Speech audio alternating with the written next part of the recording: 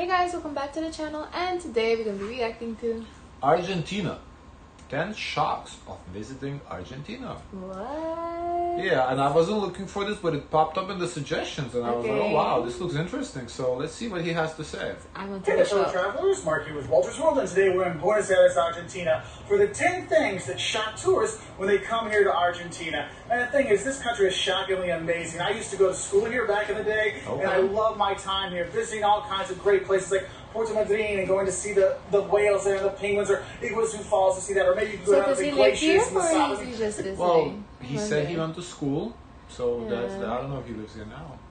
And Buenos Aires itself is just fantastic, and it's shocking how many cool things there are to do and see and feel and experience when you are here. And some of it's good, some of it's bad, but all of it is fantastic. And so what we're going to go is through those 10 things that shock tourists when they do come here. And the first thing that shocks tourists is something you should already know about it, and that's one of the things everyone knows about Argentina is the meat. And the thing that shocks people is just Why? how much meat these people eat. I mean, seriously. Yeah, and then we did the reaction to the foods when they had like the steak.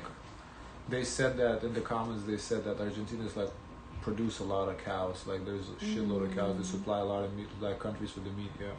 You will see farias, grill houses or steak houses everywhere. You'll see steaks, bife de chorizo, which is a sirloin steak. Oh, it's fantastic. A lomo. Oh my God. I don't know if I would personally get surprised though, because Lithuanians eat a lot of meat too. Like my grandfather, he cannot go a day without eating meat. Like if he needs like a meal of meat yeah. every day. Oh. Like not every meal, but at least like once a day there has to be meat. Like he cannot just go like a day without like fish. He doesn't consider fish meat.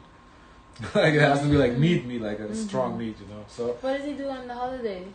eat meat. What do you mean? Oh, on the Christmas Eve. Oh, that's like the only day, yeah, fish, I guess. But aside from that, yeah, you know. Tenderloin. Look, I just want a steak sandwich instead. Maybe have some chorizo, the sausages here, or a choripan, the sausage and bread. I mean, God, the meat here is insane, and they love it, and they eat it. And you're like, how you all stay so thin with all that meat? I guess it's that low carb diet. Oh, I'm starting to understand now. And the thing is, you will eat so much meat when you are here, you're going to want to explode.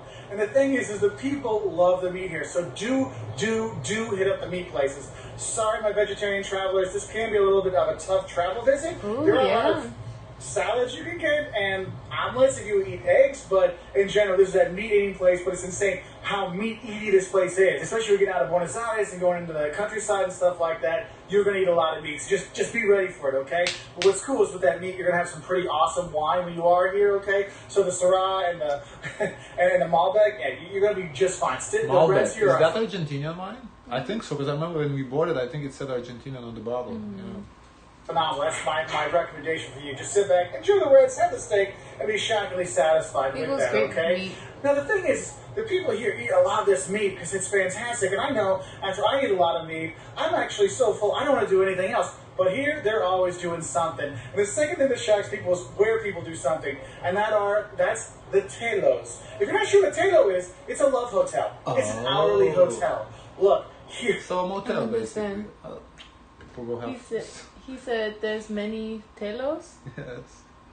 It's the Oh. motel. Oh, You don't understand? You still need more further no, explanation? that's okay. Argentina, you have lots of people living together, maybe smaller houses, smaller apartments, so maybe multi-generations together. So you don't always have time to snuggle up with your sweetie. And so the very entrepreneurial people here in Argentina have come up with their telos. The love That is hotels. interesting. The thing is, they can be themed, they can be normal hotels, In a however you want, taxi? but I just want you to know that they're I don't know why they show In a taxi taxi. for this. That I do not. Because initially I thought Telos was like a taxi. Yeah. What? But no, it's. out there. That kind of shocks people. They're like, oh, this hotel is hourly? That's strange. Oh, no, it's not. So be ready. I don't know why he keeps saying hotels hourly. It's just a motel. That's what motel is. It's a hotel hourly essentially. But I guess similar to Vegas. I remember how shocking that was in Vegas. How many of them there were. Anyway. Motels. Oh. Well, when we talk about motels, because we do have like motels here in Florida, but it's Yeah. not that common. Like, Yeah. but it exists, but it's not like every corner. In Vegas, I felt like it was overwhelming amount. So I guess it's kind of similar to Vegas, maybe. For that. And the thing is, you won't see the telos everywhere, especially when you're going out and exploring the countryside and stuff like that. But that kind of gets me thinking about the third thing that shocks tourists. When they Either that, or maybe he's like from somewhere like where just it's not common the motels, and he just to him seeing like motels, he's like, because it's hard for me to say how many there are, but because we do see them here in Florida, so like I wouldn't be unless it's like literally every corner. Motel is hourly. Yeah, it's hourly. Yeah. Come here is how gorgeous Argentina is. I mean, yes, Buenos Aires, when you come here, Recoleta Cemetery is right behind me. It's just amazing to walk through there and see the cemetery, and see the tombs and stuff like that. But mausoleums, it's like, oh my God, it's so beautiful. That's shocking but to see cemeteries, no? What do you mean? To go see cemeteries. In a foreign country? A little awkward, yeah. I honestly, here in the States, all my time I lived, I've never been to a cemetery. Because it's like, I can imagine. It's a little awkward, even here, going to a cemetery just to see cemetery. I don't know, a little awkward. Yeah, I've been here for like, what, 14 years maybe now? Never been to a cemetery, so I don't exactly see the point. Boca, you have that. You have the Casa Rosada, the pink house. There's so much great architecture here that's beautiful. But for me, what Argentina really is that kind of wild outdoor beauty. Whether it is going to the glaciers in the south, okay, it's fantastic. Or going along, I don't know, the thousands of miles of beaches they have here. And I remember when I was here, we'd go to the beaches, and at night, you'd see the bioluminescence in the water floating by. Like, oh my God, this is so gorgeous to see. Or maybe you want to go see Iguazu waterfalls. You've been to Niagara? Take Niagara times 10. That's Iguazu. It's just fantastic. You see the water's crashing down and stuff. It's just fantastic. Maybe you want to do some hiking. Head to Cordoba and go get in the foothills of the Andes. I think you've been to all these places. His pictures, so it seems he's been. Go check out Mendoza and have some wine when you're there, and check out the countryside. Oh, that's a beautiful building. Going up to Salto I like it. There's I like the design of that building. Reminds me of like Switzerland, somewhere in the Alps. Looks really cool. Beauty in this country that it really is like, man, this is another nature photo. Oh, and the thing is when you look on your like screensavers, they pop up some beautiful pictures of nature and landscapes and stuff. Don't be surprised if Argentina pops up a few times on there, okay? Now, the fourth thing that's going to shock you when you come here has to do with time. One is how late they eat dinner here. I mean, don't be surprised. The restaurant doesn't open until 8 o'clock at night, and you don't actually go out and get food until 10 at night. The thing is it's not only... I guess similar in Spain, because my parents were kind of surprised how late they eat in Spain as well, like dinner. Really? Like, like you can't find dinner? Oh, I don't know if you can't find, but they do eat late. My parents said they eat like at 9, 10, 11. Yeah, they still... Yeah, we eat a little earlier than that. To see families out with dinner. Lithuania dinner like 6 o'clock. 11 p.m., midnight kind of stuff. Oh yes, it's late night eating here. So if you're used to your 5 or 6 o'clock dinner time, look for some empanadas for a snack, because maybe even 5 o'clock. That kind of shocks tourists. Like, why can't I eat yet? Well, in tourist places you can, but it is one of those things. There are good places, they don't open till later. Guys, so what time do y'all go to sleep then? If y'all eat so late, do y'all go to sleep with full stomachs, or you just go to sleep like if you eat at like 11? Do you go to sleep then at like 2 a.m.? Because if you go to sleep at like 2 a.m., then I feel like eating at 10, 11 is okay. You still digest. But if you like eat at 11 and go to sleep at midnight, ooh, that's close. I don't know if I could do that. Okay?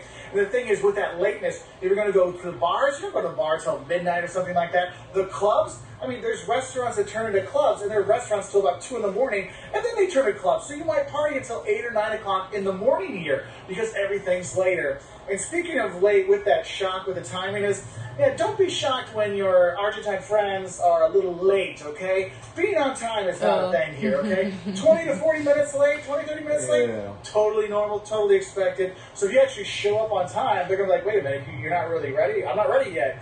But I will say is the lateness is like in social settings, but when it comes to grabbing your bus or the ferry or a plane or whatever, that one, don't be late for, okay? The next thing that's going to shock you is when you go and have your snacks, you're going to have your steak, they have like really good sides. Like the potatoes here are fantastic with some fries, or if you just want your super poncho hot dog, and you want to have your ketchup or mustard, or for me, salsa de golf, or it's basically like mayonnaise and ketchup mixed together, and these little packets, and it's really good. But the thing that's going to shock you is how freaking difficult it is to open the ketchup packets and the dulce de leche packets here in Argentina. I mean, seriously, no matter where you go, it's like they want you to like have to use your teeth or like get scissors or use the steak knife to cut open these things. It's unbelievable because you want to eat that dulce de leche. It's condensed milk and sugar cooked down together, condensed. It's so good. It's kind of like That's an interesting problem to have. I mean, I don't. That's so random. That is so random. I don't know if I would put it on the 10 shocks that's just like a nuisance. That's not like, I mean, I guess I don't eat those things that much to really care about it, but I don't know, very interesting, yeah. Caramel kind of feel. It's not caramel, it's like a caramel kind of thing. And you put that on so many great things, and I can't get through the packaging. And so do have a heads up if you get a little frustrated. And the thing is, you also be shocked with that is when you finally get it open, but it just pop up on you and you get some on you, and the wax napkins don't really help. He's funny. I want to tell you, the napkins here, not super helpful. Because there's a little bit of wax coating on there. So, yes, it's good for smearing, but it's not really good for blotting and picking things up, okay? And that sixth shock is, it gets cold here in Argentina. Look, we're farther, this isn't the equator, this isn't Colombia, this isn't Ecuador, this isn't Brazil, we're farther down. So, June, July, August, it's cold here. I mean, I got my quarter zip on, and my fingers are a little chilly here. I mean, I actually want to film like this, because it is cold, and you need to know that when you come down here, because if you're going to come in popular tourist times for the U.S., June, July, August, it's the coldest time of the year to come, okay? So make sure you're bringing layers, and the farther you go south, the colder it gets, all right? So if you want to come here and have the warm weather and stuff, you need to come. I don't know if that's shocking. That's just common sense, though. I don't know if I would put that as a shock. December, January, February, March, that's the best time to come to Argentina if you want the summer, if you want to enjoy the beaches, you want to go hiking in the mountains and stuff like that. That's what I recommend. And the thing is with that cold, there's also another shock with that cold is how good the ice cream is here. I mean, seriously, the helado is amazing here. Cream. And the thing is, you know the thing with ice cream, though? I feel like every single country we react to ice cream. I got the best ice cream. So it's like I need to find out. I need to like go around to see who has the best ice cream. Italy ice cream. French. Was there ice cream in France? Maybe not so France. There was. There was in France. Was that the one? I don't know. Okay, I don't think France. Italy, Brazil, we saw ice cream. I think Greece, we saw ice cream too. Or maybe it's the fact that we reacted to a lot of different Italy regions. I think every region had the best ice cream. So maybe it's just Italy now that I think about it. Never mind, I take that back. Chains like Fred that make great ice cream. You also have mom and pop places that make ice cream here. And all over the country, you're like, my God, you have amazing steak and amazing ice cream. And I don't know how you all stay thin. And they do a great job of staying thin and looking good and making really good ice cream. So do have that ice shot of the cold and the ice cream is the number 6 when you're going to kind of enjoy, but in a cold way when you are here. Now the 7th thing that might shock you when you come here to Argentina is, remember all those years of Spanish you took and all those Spanish classes you took and the online stuff you did? Well, it might not always help you here in Argentina because Argentine Spanish is a bit different. So, you know they said the same thing about Chile yesterday in Chile. So I feel like that's like unique to every country. Every country kind of has like a little different variations. I think that just makes sense. Also, when you learn French in school, it's not going to help you when you go to France because it's the language. It's like yeah. To be fair, like when I learned English, like obviously I speak the language. There's so much slang that you have to just learn while talking. You know? It's not something you get taught in school. You know. Familiar U form is actually vos here, and so you know vos like vos. What the hell is vos? Well, vos is just you informal, and they have a little bit change in the conjugations of some verbs and stuff like that. So it kind of gets a little confusing, but not impossible. But what's impossible is like if you're here in Buenos Aires, and they get their dialect going. At our age now, you can go learn the language. Yeah, go and live there and learn the language to be able to speak. Absolutely, yeah. Why not? I think so. Yeah, I think so. Especially like something like Spanish. I know Spanish a little bit already. Like now, if you said go to maybe like Brazil, Portuguese. I don't really know much Portuguese, so maybe that would be a little harder. But so you think you need a little bit of a foundation? I think so. It helps certainly. Yeah. And this slang going, and they're like, wait a minute, I had years of Spanish, so I can teach in Spanish, and I speak Spanish really well. What's going on? So don't be shocked if your Spanish isn't quite up to snuff at first. It will catch up, and the locals may make a little joke about you about your Spanish. Oh, it's really good, for non-Argentine kind of thing. So that is kind of funny.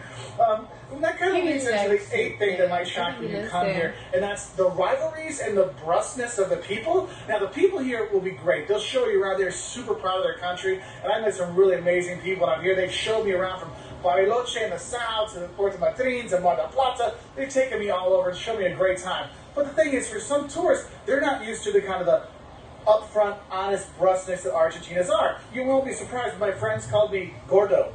the fat guy, okay, the fat one. They'll call you tall guy, skinny, whatever. They like to give the nicknames, and sometimes you'll hear me like, man, that's kind of inappropriate. I don't know if you should call people that, but it's how they call their friends. And so be ready for maybe having an inappropriate nickname given to you, but they don't mean it in spite or anything like that. It's just how it goes. And so people might give you those nicknames when you come into a store or when you make friends and stuff like that. So just have a heads up, but don't be upset by that.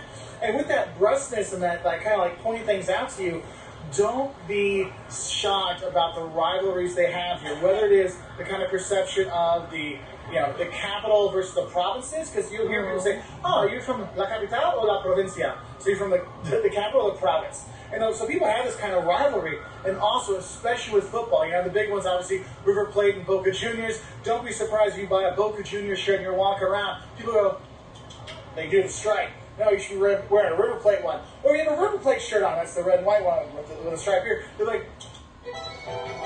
Make a meal out of your next deal with American Express Business. And they do it this way because Boca has the stripe going this way to the blue and yellow. So do have a heads up for that. And there are a lot of rivalries. And don't be shocked if you want to go to a soccer game and your friends say, hey, man, don't go to the Boca River game or don't go to this other game because it's a little bit more... rivalry-like than other ones, so just have a heads up for that. Now, the ninth thing that's going to shock when you come here is how long and varied the bus rides will be. Look, Argentina is a very long country, and the planes are rather expensive when you do fly around the country, so you're going to be using buses to go places. So don't be surprised you're taking a few 20-hour buses while you're here. I know for me, when I took the bus from here in Buenos Aires down to Puerto Madryn to go see the whales at Peninsula Valdez, and I went down, I'm like, oh, it's like a 24-hour bus ride. I got one bus, I'm like, man, it was nice, laid back seats, TV, all kinds of stuff, self-speakers. I'm like, oh, this is fantastic. Oh, sure, I would love to have a second. Oh, they have a coffee machine in the bus. Oh, it was so nice. And then when I got down there, I enjoyed my time. Like, oh, it's time to go back to Buenos Aires. I go to the bus station. I see, all these buses go to Buenos Aires. I'm like, oh, well, that was actually pretty cheap. I'll just get the cheap one. I got on, and I swear to God, it was like I was sitting on a piece of wood with maybe this much foam on it for 24 hours. Oh my goodness, my back killed later, okay? So don't be shocked about the differences between the different buses when you are here. So I recommend it. Do pay up for the nicer buses when you're going to go on these long distance ones, because it does pay off. If you don't have the money, you want to take the cheaper ones, it's totally fine. You'll be okay, but just a heads up for that. Also, you might be putting your bags underneath the bus, and if you do that, make sure you keep the stuff you really need, like your passport and your phone or your camera, stuff like that. Keep that with you on the bus and keep it with you, just so you have it there, okay? And the 10th thing that's going to shock when you come here is the driving, okay? I don't know what it is here in Argentina. I mean, I've been to some crazy driving countries. I make fun of crazy drivers all around the world. But here, you really got to be careful. That's the thing. A lot of this is, subjective. Like, what do you consider? Like, what's crazy driving? What's the motels? Like, what is a lot? Stuff like that. It's a lot of subjective. With the crazy drivers. I mean, when you get in that taxi, make sure you put on that seatbelt. You get out of Remises, which is like a higher car, put that seatbelt on. You're on the bus, put the seatbelt on. Because it's not just your driver, it's the other drivers that drive crazy. And what's really dangerous is actually if you're a big city like Buenos Aires, the taxis go flying through, the cars go flying through, and the crosswalks, they don't necessarily stop for you. When I was here, I saw multiple people get hit by cars in crosswalks, and it was horrible. And my kids, when I'm here, I'm like, no, don't stand near the edge. Don't walk out because it's green. Make sure you're always paying attention, because you'll be shocked how crazy the drivers can be and how dangerous it can be for you to cross the street. So do have a heads up for that. But in general, these 10 little shocks are just little fun things, little things you should know before you come here. We have a lot of other videos on Argentina, the don'ts of Buenos Aires, the don'ts of Argentina, what to eat when you're here, on our website at waltersworld.com, and we're also on Twitter, Facebook, Instagram, YouTube. I wonder if he traveled elsewhere, or is it he primarily doing Argentina? But he went to school there, so he probably really liked. I think he just keeps going back. Okay, guys, of course, let us know your thoughts. Don't forget to like, comment, and subscribe. Join the Discord, and as always, share as much kindness as possible.